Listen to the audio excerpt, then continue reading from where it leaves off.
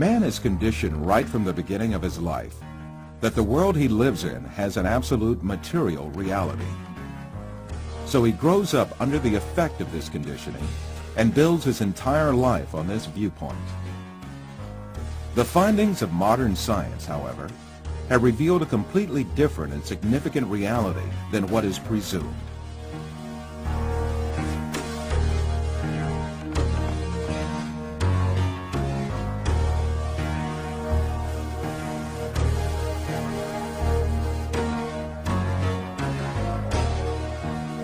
All the information that we have about the external world is conveyed to us by our five senses.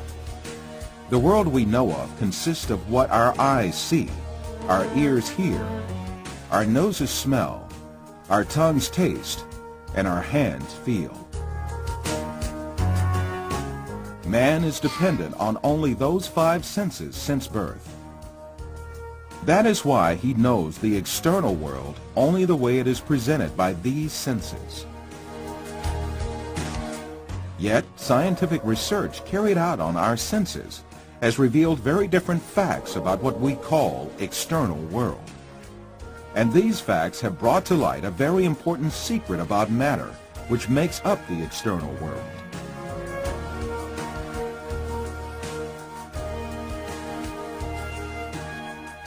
Contemporary thinker Frederick Vester explains the point that science has reached on this subject. Statements of some scientists posing that man is an image, everything experienced is temporary and deceptive, and this universe is a shadow, seems to be proven by science in our day. In order to better grasp this secret behind matter, let us be reminded of our information about our sense of sight, which provides us with the most extensive information about the external world.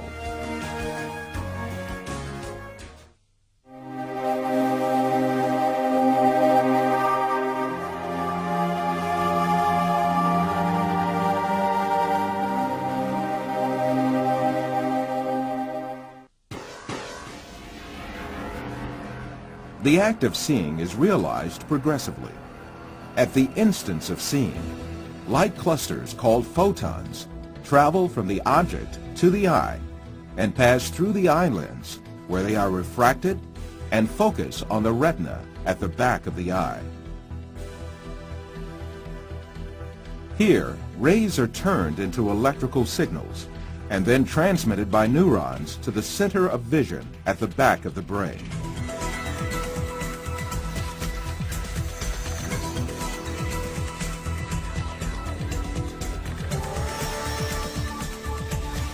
The act of seeing actually takes place in this center in the brain.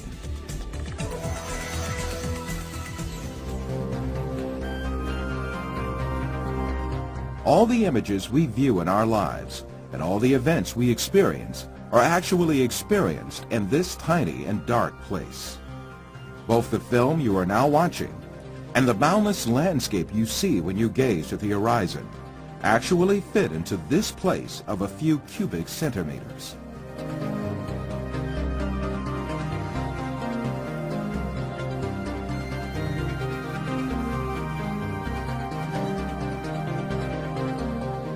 Now, let us reconsider this information more carefully. When we say we see, we actually see the effect the rays reaching our eyes form in our brain by being converted into electric signals. When we say we see, we actually observe the electrical signals in our brain. By the way, there is another point that has to be kept in mind. The brain is sealed to light, and its interior is absolutely dark.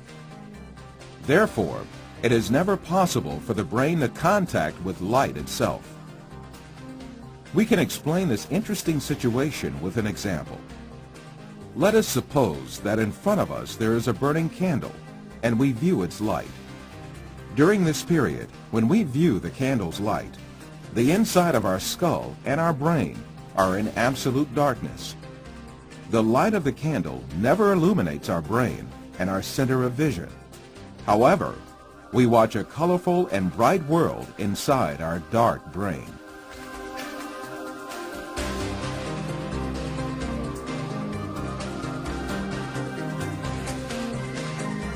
The same situation applies to all our other senses. Sound, touch, taste, and smell are all perceived in the brain as electrical signals.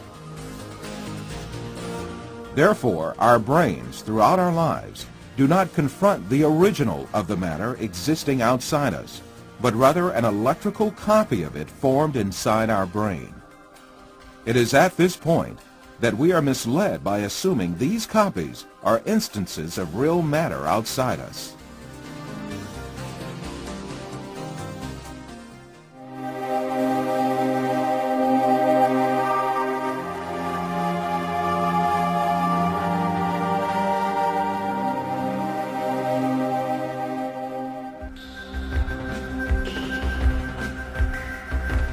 These physical facts make us come to an indisputable conclusion.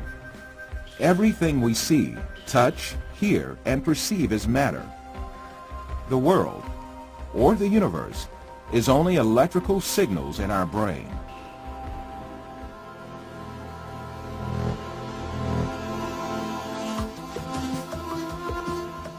For instance, we see a bird in the external world. In reality, this bird is not in the external world, but in our brain. The light particles reflecting from the bird reach our eye, and there they are converted into electrical signals.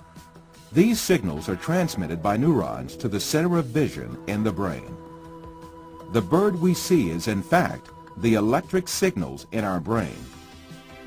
If the sight nerves traveling to the brain were disconnected, the image of the bird would suddenly disappear. In the same manner, the bird sounds we hear are also in our brain. If the nerve traveling from the ear to the brain was disconnected, there would be no sound left.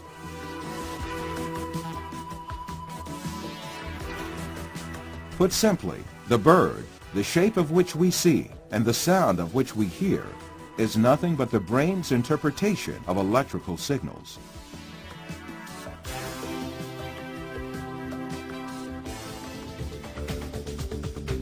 Another point to be considered here is the sense of distance. For example, the distance between you and this screen is nothing but a feeling of space formed in your brain. Also, objects that seem to be very distant in one person's view are actually images clustered at one spot in the brain.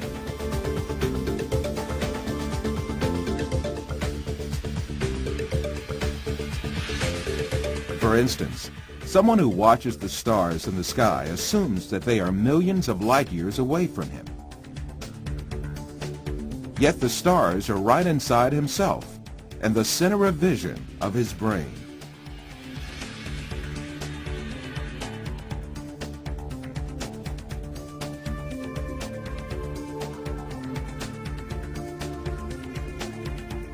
While you watch this film, you are in truth not inside the room you assume yourself to be in. On the contrary, the room is inside you. Your seeing your body makes you think that you are inside of it. However, you must remember that your body too is an image formed inside your brain. So far, we have been speaking repeatedly of an external world and a world of perceptions formed in our brain, the latter of which is what we see. However, since we can never actually reach the external world, how can we be sure that such a world really exists? Definitely we cannot. The only reality we cope with is the world of perceptions we live within our minds.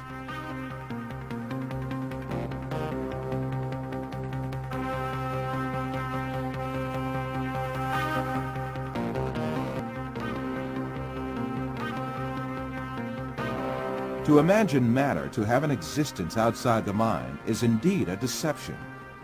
The perceptions we observe may well be coming from an artificial source. It is possible to see this in the mind's eye by an example.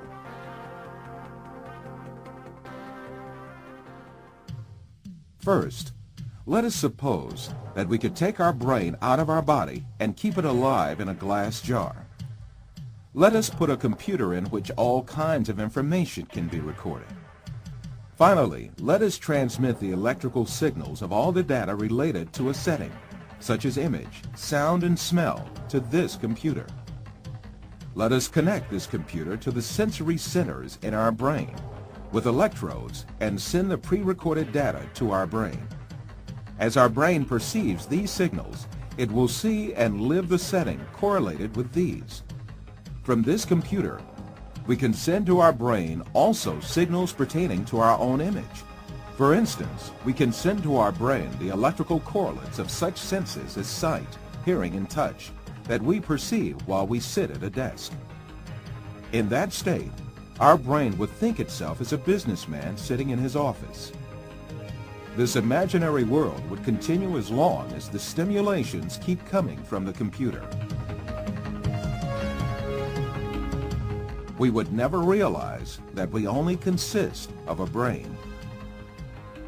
It is indeed very easy for us to be deceived into believing perceptions without any material correlates to be real. This is just what happens in our dreams.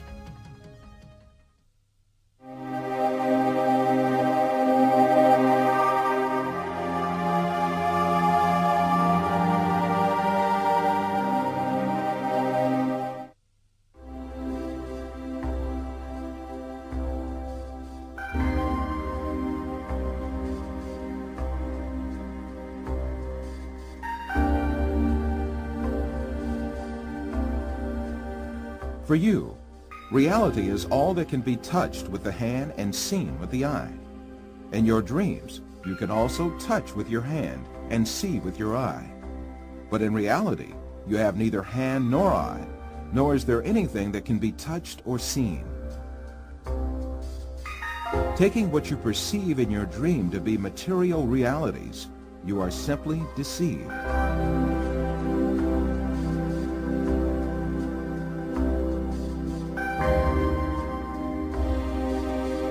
For example, a person deeply asleep in his bed may see himself in an entirely different world in his dream.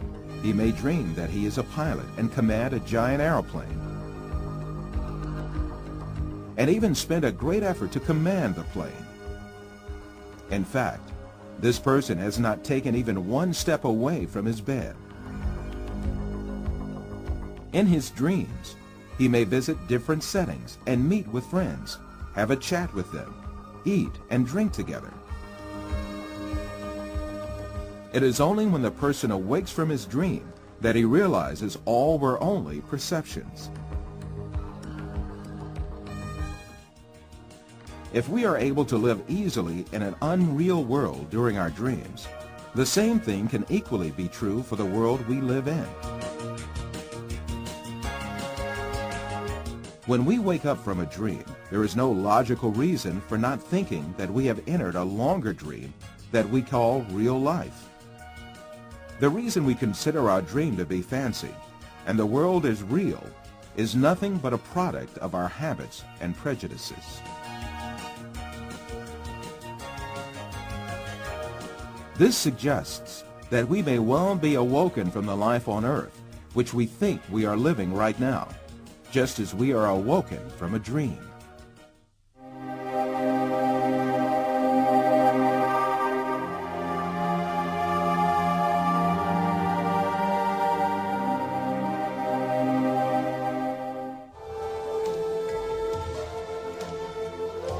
After all these physical facts arises the question of primary importance. If all physical events that we know are intrinsically perceptions, what about our brain? Since our brain is a matter just like our arms, legs, or any other object, it also must be a perception just like all other objects. An example will illuminate the subject further. Let us think that we extend the nerves reaching our brain and put it outside our head, where we can see it with our eyes. In this case, we would be able to see also our brain and touch it with our fingers. This way, we can understand that our brain is also nothing but a perception formed by the senses of vision and touch. Then, what is the will that sees, hears, and perceives all other senses if it is not the brain? Who is it that sees, hears, touches, and perceives the taste and smell?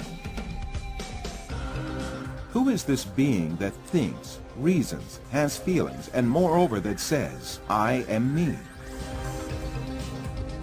One of the important thinkers of our age, Karl Popper, also poses the same question. Since the Greeks, philosophers have been thinking about the ghost in the machine, the small man within the small man, etc. Where is I, the person who uses his brain? Who is it that realizes the act of knowing? As St. Francis of Assisi said, what we search for is the one that sees. In fact, this metaphysical being that uses the brain, that sees and feels, is the soul. What we call the material world is the aggregate of perceptions viewed and felt by this soul. Just as the bodies we possess and the material world we see in our dreams have no physical reality, the universe we occupy and the bodies we possess now also have no physical reality. The real absolute being is the soul. Matter consists merely of perceptions viewed by the soul. Yes, even if we start with the presupposition that matter is real, the laws of physics, chemistry, and biology all lead us to the fact that matter consists of an illusion and to the inevitable actuality of a metaphysical matter. This is the secret beyond matter. This fact is so definite that it alarms some materialist scientists who think matter to be the absolute being. Science writer Lincoln Barnett says in his book, The Universe and Einstein, along with philosophers' reduction of all objective reality to a shadow world of perceptions, scientists have become aware of the alarming limitations of man's senses.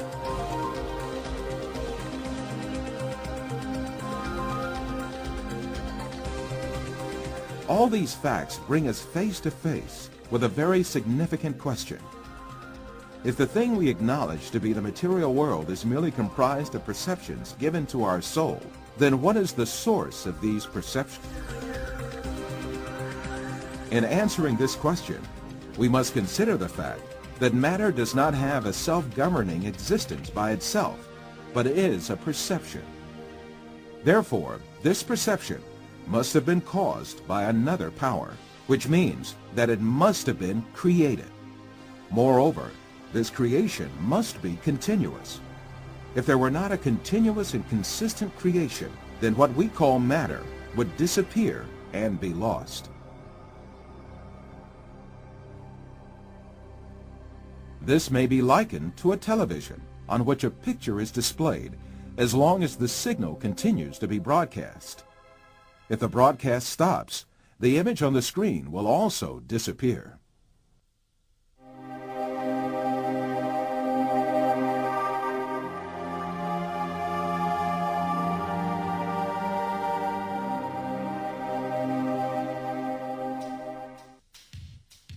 So, who makes our soul see the earth, people, plants, our bodies, and all else that we see? It is very evident that there is a superior creator who has created the entire material universe. That is, the sum of all perceptions, and continues his creation ceaselessly. Since this creator displays such a magnificent creation, he surely has eternal power and might. All the perceptions he creates are dependent on his will, and he dominates everything he has created at any moment. Called Holy Grail is actually a set of higher magical teachings. It is not an object, but a piece of information. Utterly Kabbalistic in its origin, the Holy Grail is the highest Kabbalistic secret. That is, that physical matter can be transformed molecule by molecule by the use of incantations of ancient Hebrew letters and numbers. and that the nature of reality is really an illusion.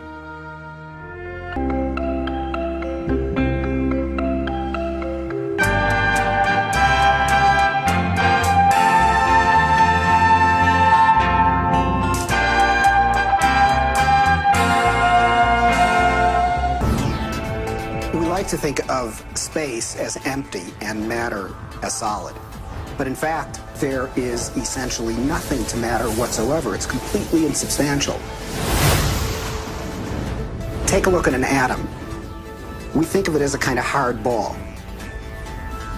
Then we say, oh, well, no, not really. It's this little tiny point of really dense matter right at the center, surrounded by a kind of fluffy probability cloud of electrons popping in and out of existence. But then it turns out that that's not even right. Even the probability cloud of electrons popping in and out of existence. But then it turns out that that's not even right. Even the nucleus, which we think of as so dense, pops in and out of existence just as readily as the electrons do. The most solid thing you can say about all this insubstantial matter is that it's more like a thought. It's like a concentrated bit of information. Our bodies look solid, but they are not. Under a microscope, you will see a mass of energy, vibrating. Everything is energy. Because our bodies are a hologram. The secret technology of matter transfer works by breaking down the molecular structure and reassembling it back at any given place. Are there fields of awareness in the fabric of space itself? Is there consciousness beyond the physical? Is this the secret to enlightenment? And can scientists verify that the field of awareness actually exists and pre-existed the Big Bang?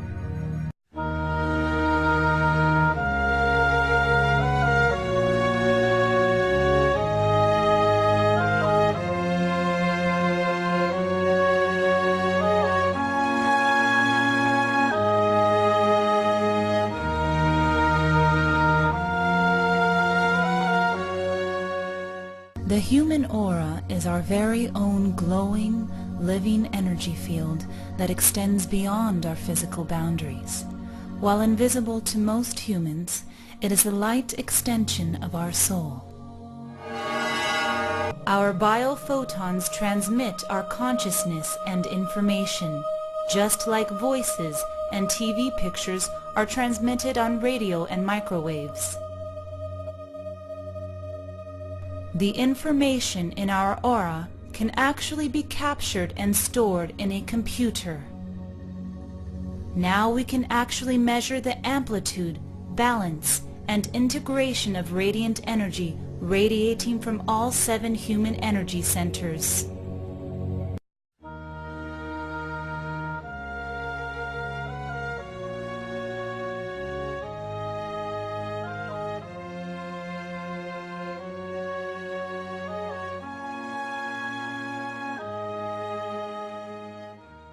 Atoms are talking to each other and exchanging information all the time.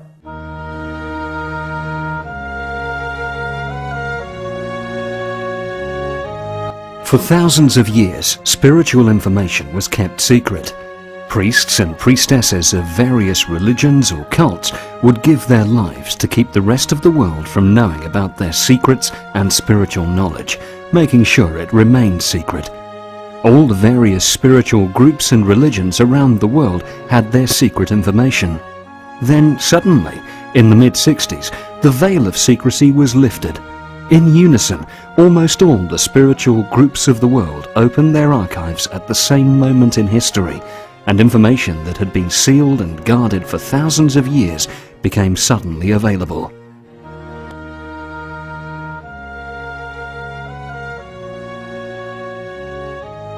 For a long time, astronomers pretty much thought that what you saw out there was it. If you could see it, it was there. They were either totally oblivious to the invisible side of reality, or they didn't feel it was that important. But the invisible side of our reality is actually much greater than the visible side, and probably more important. The visible part of reality is far less than 1% of the total, almost nothing. The invisible universe is really our true home. There is much, much more. There are things even beyond the electromagnetic spectrum that we are just beginning to answer. The answer lies in the fact that the computer is made out of silicon and we are made out of carbon. It is tied into the relationship of silicon and carbon.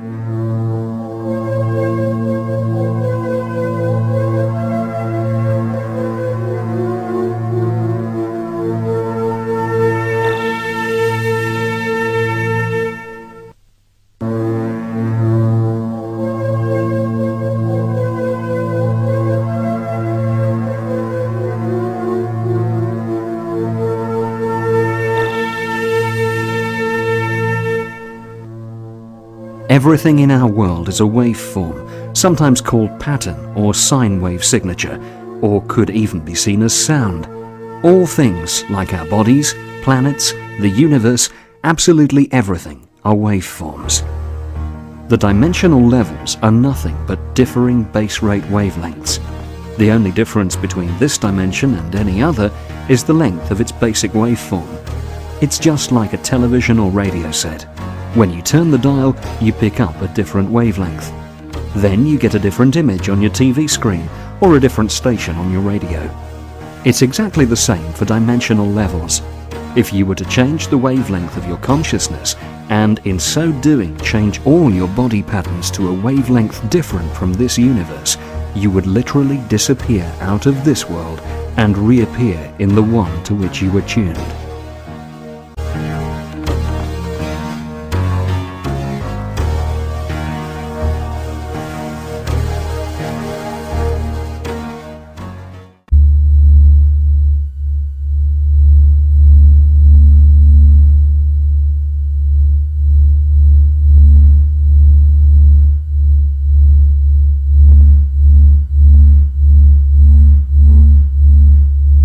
Every object in this universe produces a sound according to its construction.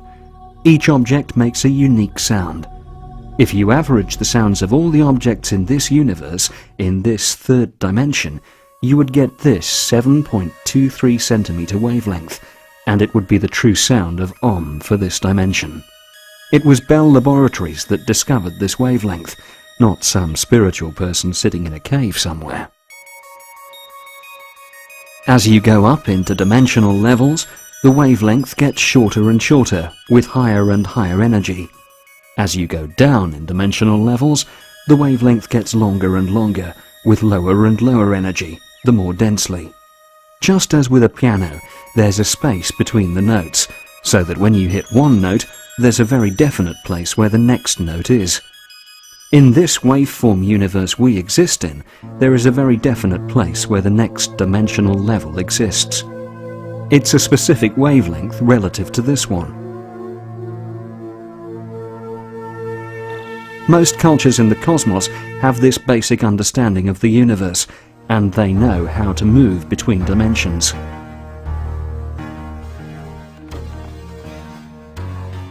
If we show each note in the chromatic scale as a circle, we have 13 circles. Each circle represents a white or black key, and the shaded circle at the end would be the 13th note that begins the next octave.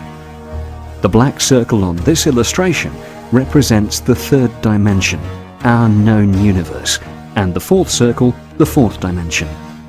The 12 major overtones between any two notes or dimensions are a replica of the larger pattern. It is holographic.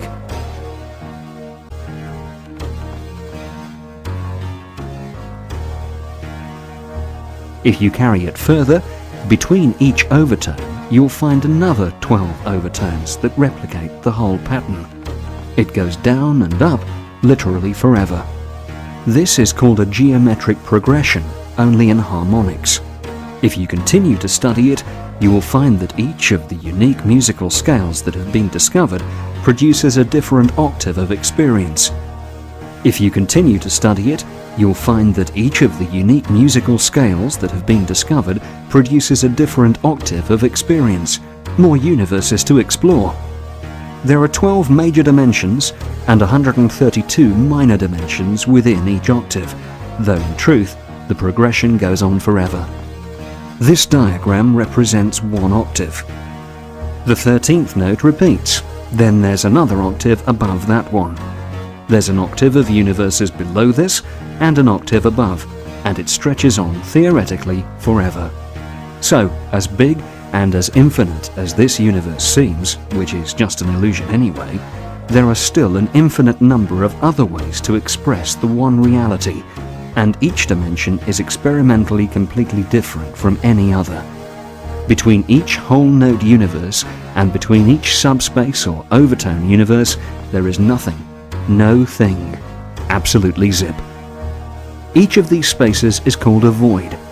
The void between each dimension is called the duat by Egyptians or the bardo by Tibetans.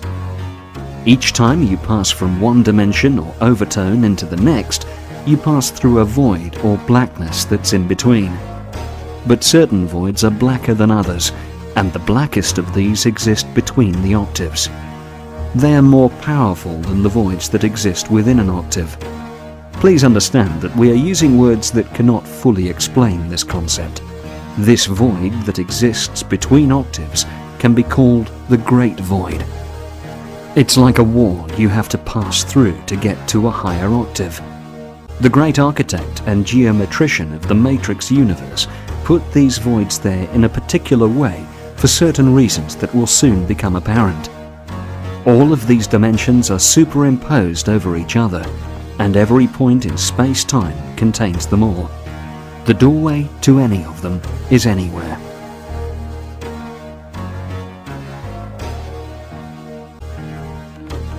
This star tetrahedron, with Leonardo's image behind it, is going to become one of the most important drawings for this work.